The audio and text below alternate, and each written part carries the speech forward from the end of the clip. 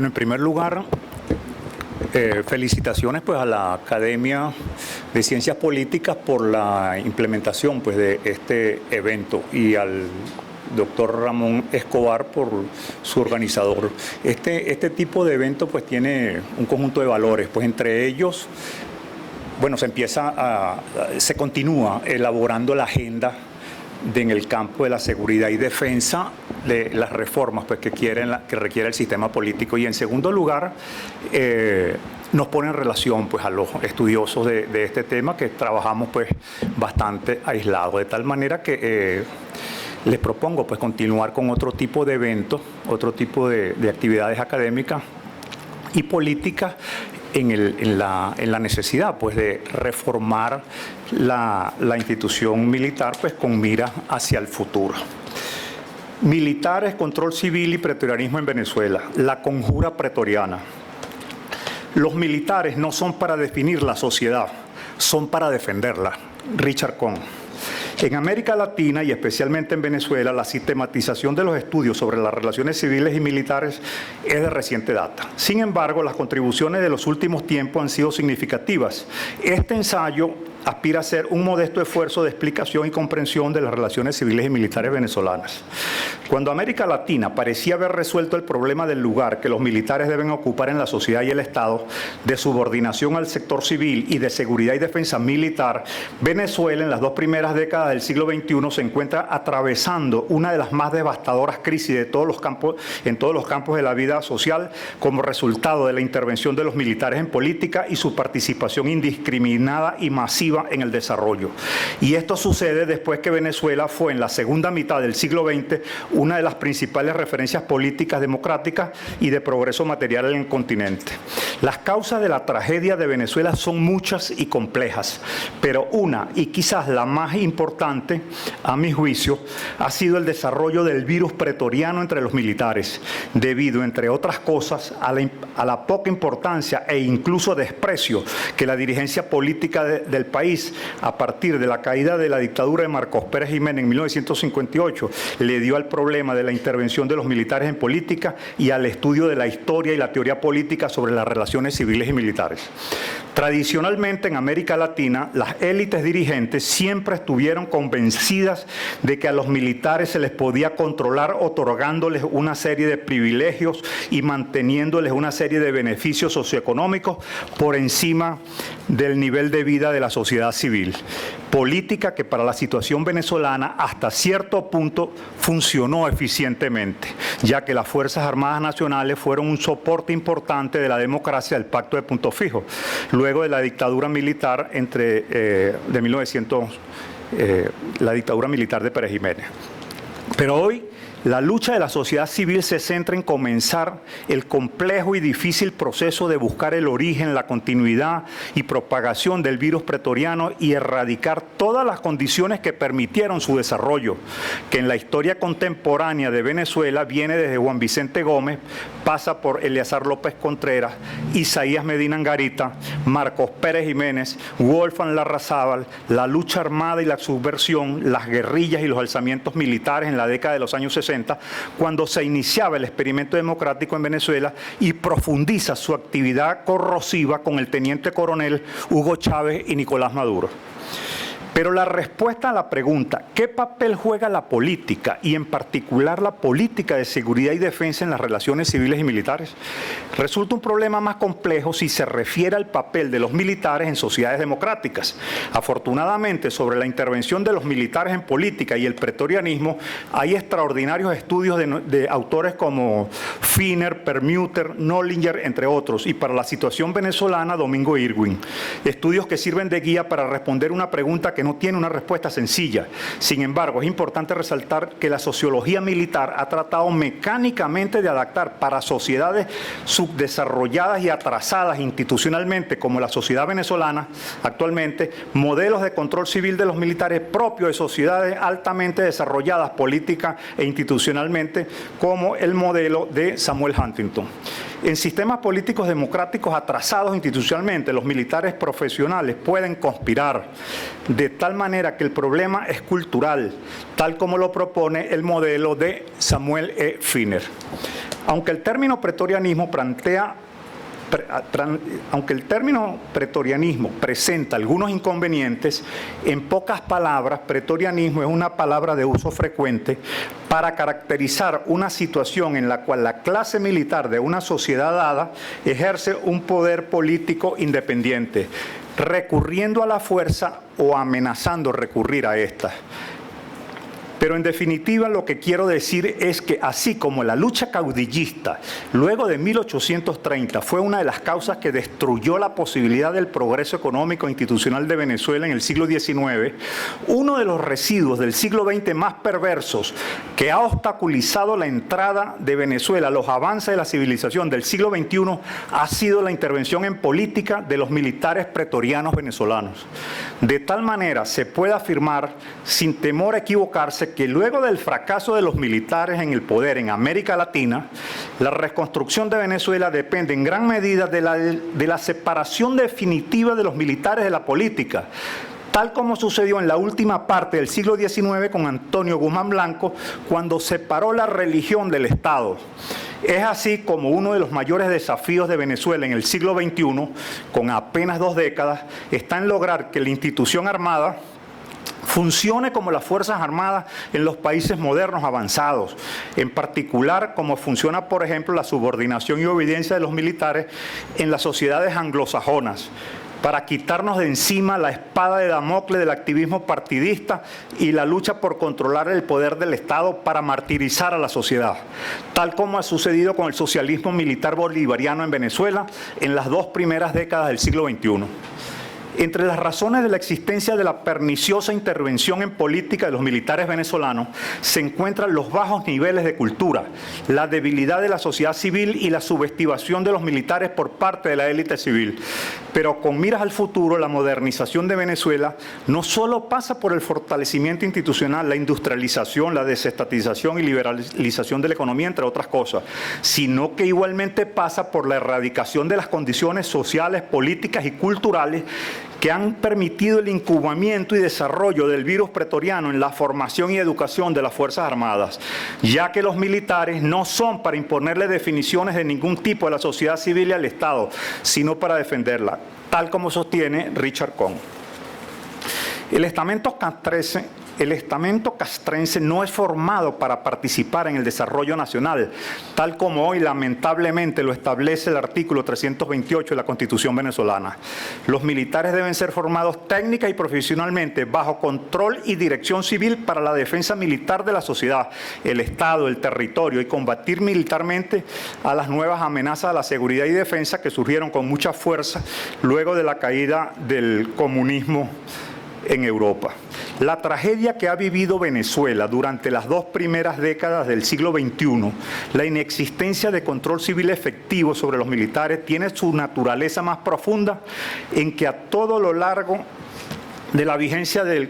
la Constitución de 1961 no se implementaron ni actualizaron los mecanismos institucionales, jurídicos, normativos, reglamentarios, etcétera, para controlar rigurosa y efectivamente la actuación de las Fuerzas Armadas y eliminar sus privilegios, tal como quedó demostrado en el debate parlamentario durante los años de la lucha armada en los gobiernos de Betancourt y Leoni, entre otros. La inexistencia de control y seguimiento civil sobre los militares ha permitido la constante conspiración política y militar para tomar el poder en Venezuela, y es lo que yo llamo la conjura pretoriana contra el sistema de libertades y la débil democracia venezolana. Es decir, luego de la restitución de los derechos políticos de los militares venezolanos en la Constitución del 99, en particular el derecho a votar, la intervención de los militares en política se ha constituido en uno de los principales obstáculos, probablemente en el obstáculo más importante para el desarrollo de Venezuela, lo cual ha quedado ampliamente demostrado con el fracaso militar al frente del Estado venezolano durante los años que tenemos de socialismo militar bolivariano del siglo XXI. Nunca antes Venezuela había tenido tantos recursos financieros, humanos y naturales, etcétera, como en estas 2 primeras décadas del siglo XXI. Pero igualmente jamás el país había vivido una crisis humanitaria, política y económica como la padecida bajo el régimen del militarismo bolivariano y el socialismo del siglo XXI. Se trata entonces de que en adelante la sociedad civil venezolana en su conjunto, universidades, partidos políticos democráticos, medios de comunicación social, organizaciones no gubernamentales, los sectores económicos y los productores del campo y las ciudades, el parlamento, las academias, los sindicatos, los gremios profesionales, los grupos de interés y de presión, los intelectuales, la presión de las organizaciones internacionales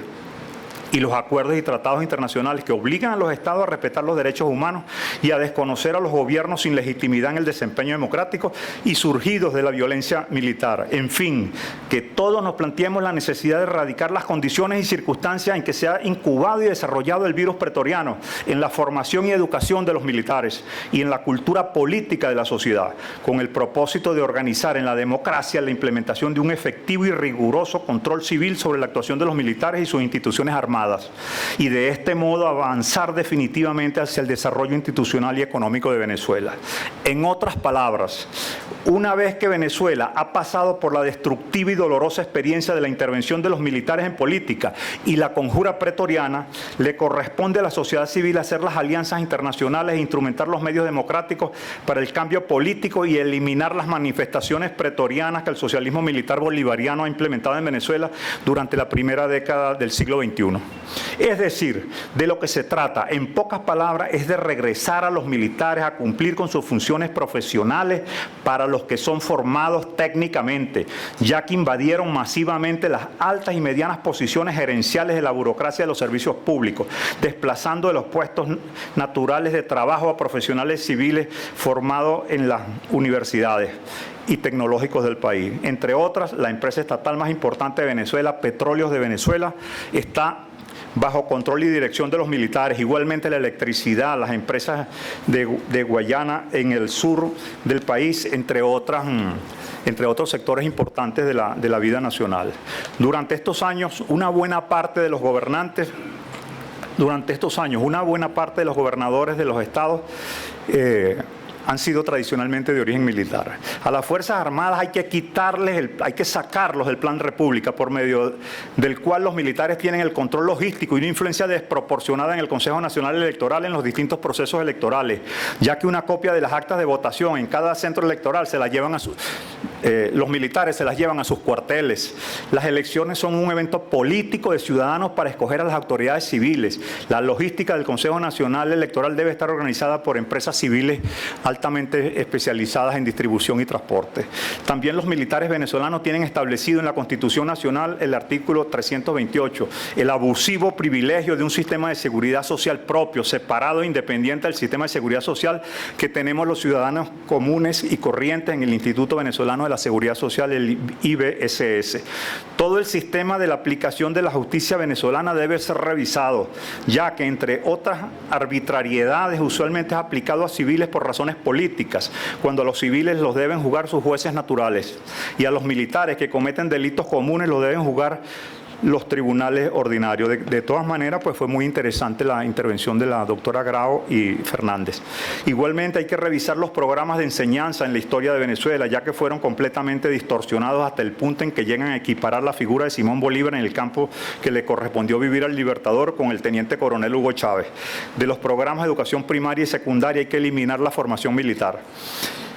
paramilitar. También desaparecen la obra de personajes como Rómulo Betancourt y el papel que jugó el Pacto de Punto Fijo y la Constitución Nacional en el desarrollo de la democracia en Venezuela entre el 58 y el 98, entre otras de las invasiones de la visión de los militares en el poder en la vida y la sociedad civil venezolana. En definitiva, de lo que se trata es de eliminar el proceso de militarización, adoctrinamiento ideológico y político a que han sido sometidos los jóvenes y la sociedad venezolana globalmente. Por otra parte, también hay que empezar a pensar en buscarle respuesta a una serie de temas asociados con la seguridad y defensa del Estado, que no deben seguir siendo tabú y exclusividad de los militares, ya que afectan la vida y supervivencia de la sociedad venezolana en su totalidad. Problemas que nuestros países vecinos tienen bastante resueltos. La inconstitucional milicia bolivariana tiene que ser eliminada, ya que fue creada luego del alzamiento que sacó transitoriamente a Chávez del poder para, en caso de un enfrentamiento militar, el presidente de la República pueda disponer de una fuerza militar miliciana. al igual que los colectivos paramilitares, que tienen una fuerte composición amponil y delincuencial y de otros tipos, tienen que ser eliminados. Al igual que el papel de la Guardia Nacional en la represión de las manifestaciones de protesta popular tiene que ser profundamente revisado para evitar las violaciones a los derechos humanos en el control del orden público. Insisto, en el estricto campo de la seguridad y defensa del Estado son importantes otros desafíos que tienen el futuro, la supervivencia de la sociedad civil. Son demasiadas las preguntas que tenemos la sociedad civil que responder y los estudios que hacer para enfrentar con éxito pues, a la abusiva intervención política de los militares pretorianos en la sociedad y el Estado. Hay que responder con claridad a temas vitales como, por ejemplo, ¿son necesarios los militares en Venezuela? ¿Para qué son los militares? Y si los militares no son para la guerra, entonces ¿para qué sirve? ¿Va a continuar el proceso de educación, formación y el ingreso de jóvenes venezolanos a las academias e institutos militares fuera del control y vigilancia y supervisión de la sociedad civil venezolana?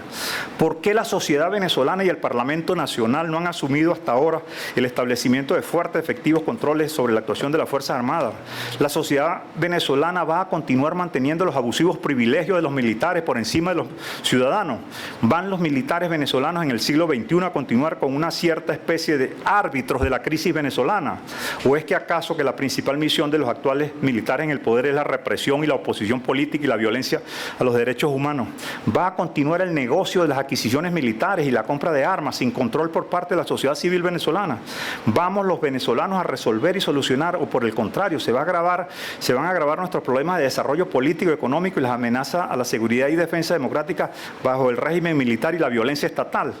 ¿Van los militares y el alto mando de las Fuerzas Armadas a continuar llamándose chavistas, socialistas, revolucionarios y antiimperialistas, etcétera, al servicio público del partido del PCV y no al servicio de toda la nación venezolana? En definitiva, ¿qué tipo de guerra tiene planteada Venezuela actualmente y contra quiénes y qué tipo de militares necesitamos, ya que tenemos cerca de 200 años sin guerras internacionales? ¿De qué tamaño deben ser las Fuerzas Armadas en sus distintas áreas en relación con los problemas de seguridad y defensa de Venezuela? La posibilidad de una guerra convencional tipo Segunda Guerra Mundial o tipo guerra de independencia para Venezuela no existe. Ahora las amenazas requieren de nuevas tecnologías, nuevas ideas, nuevas estrategias militares a las cuales Venezuela debe ir pensando en adaptarse. En la actualidad, la tecnología es un factor decisivo en las decisiones bélicas, de tal manera que la reorganización de las Fuerzas Armadas requiere revisar su tamaño y sobredimensionamiento en relación con la sociedad y el Estado al cual debe servirle. ¿O es que acaso, repito, los militares quedaron para la persecución, la represión, la violación de los derechos humanos, de la oposición política y las libertades civiles, tal como las dictaduras militares, o incluso peor, de los países del cono sur y del continente en la década de los años 60 y 70? ¿Va a continuar las Fuerzas Armadas venezolanas aceptando la existencia de organizaciones civiles paramilitares, colectivos y las milicias populares bolivarianas inconstitucionales al servicio político del gobierno? En pocas palabras, ¿vamos a continuar permitiendo el avance de la desprofesionalización de las Fuerzas Armadas y la militarización de la sociedad venezolana? En el campo de las relaciones internacionales para Venezuela, igualmente se plantean otro conjunto de interrogantes. Para Venezuela, en el campo de las relaciones internacionales, para Venezuela resolver sus diferentes amenazas, problemas y reclamaciones, va a predominar la fuerza militar en el derecho, las leyes y los tribunales internacionales. ¿Qué tipo de amenazas militares internacionales tiene Venezuela? ¿Vamos los venezolanos a prepararnos para resolver las diferencias y problemas políticos internacionales fronterizos y limítrofes con los países vecinos por medio de la amenaza de la guerra? ¿Va a continuar Venezuela geopolíticamente aislada, fuera del hemisferio occidental? Porque la Guayana Esequiba pertenece a la Commonwealth y tiene acuerdo de defensa con Cuba, de cooperación con Brasil, y Colombia se orienta a establecer relaciones con la OTAN. ¿Vamos a invadir militarmente la Guayana Esequiba para recuperar el territorio en reclamación? Los países vecinos limítrofes y fronterizos representan una amenaza para la seguridad y defensa de Venezuela. Insisto, una vez más, y si los militares no son para la guerra, entonces ¿para qué son? ¿Para qué la sociedad y el Estado mantienen a los militares mientras todos los problemas de seguridad y defensa se agravan. Ya para ir terminando, para el tipo de problemas y amenazas a la seguridad y defensa de Venezuela no son excesivamente grandes y sobredimensionadas las Fuerzas Armadas. No requerimos más bien de unas Fuerzas Armadas pequeñas, con relativamente pocos hombres, pero altamente tecnificadas y profesionalizadas en relación con los problemas y amenazas que tiene Venezuela. ¿Qué tipo de equipos y sistemas de armas y tecnología deben tener las Fuerzas Armadas en el mar, en las fronteras terrestres y en el espacio aéreo? Todo el complejo tema de las relaciones de Estado venezolano, como las misiones militares extranjeras, tiene que ser revisado, en particular aquellas relaciones de Estado con pretensiones de dominación imperial como Rusia y la inveterada injerencia política de la Cuba comunista en los asuntos internos de Venezuela, entre otros. Igualmente las relaciones internacionales con organizaciones guerrilleras narcoterroristas, el papel de Venezuela en el mundo árabe y el absurdo pugilato con Estados Unidos, nuestro principal socio comercial y cliente petrolero. En fin, en vista del tradicional abandono de los estudios de las relaciones civiles y militares y falta de atención a los problemas de seguridad y defensa por parte de la sociedad civil, quedan planteadas más interrogantes, preguntas, preocupaciones, dudas e incertidumbre que soluciones, respuestas, alternativas y salidas. El problema es tratar de superar el atraso cultural, el tabú sobre el tema militar y las relaciones civiles y militares y la seguridad y defensa de Venezuela, de tal manera que el tema militar en general se pueda comenzar a estudiar con tranquilidad, rigor académico, científico y libertad, tal como funciona en las sociedades desarrolladas, modernas, abiertas. El objetivo es combatir la perversidad militarista venezolana e incentivar a la sociedad civil a realizar los cambios constitucionales, legales,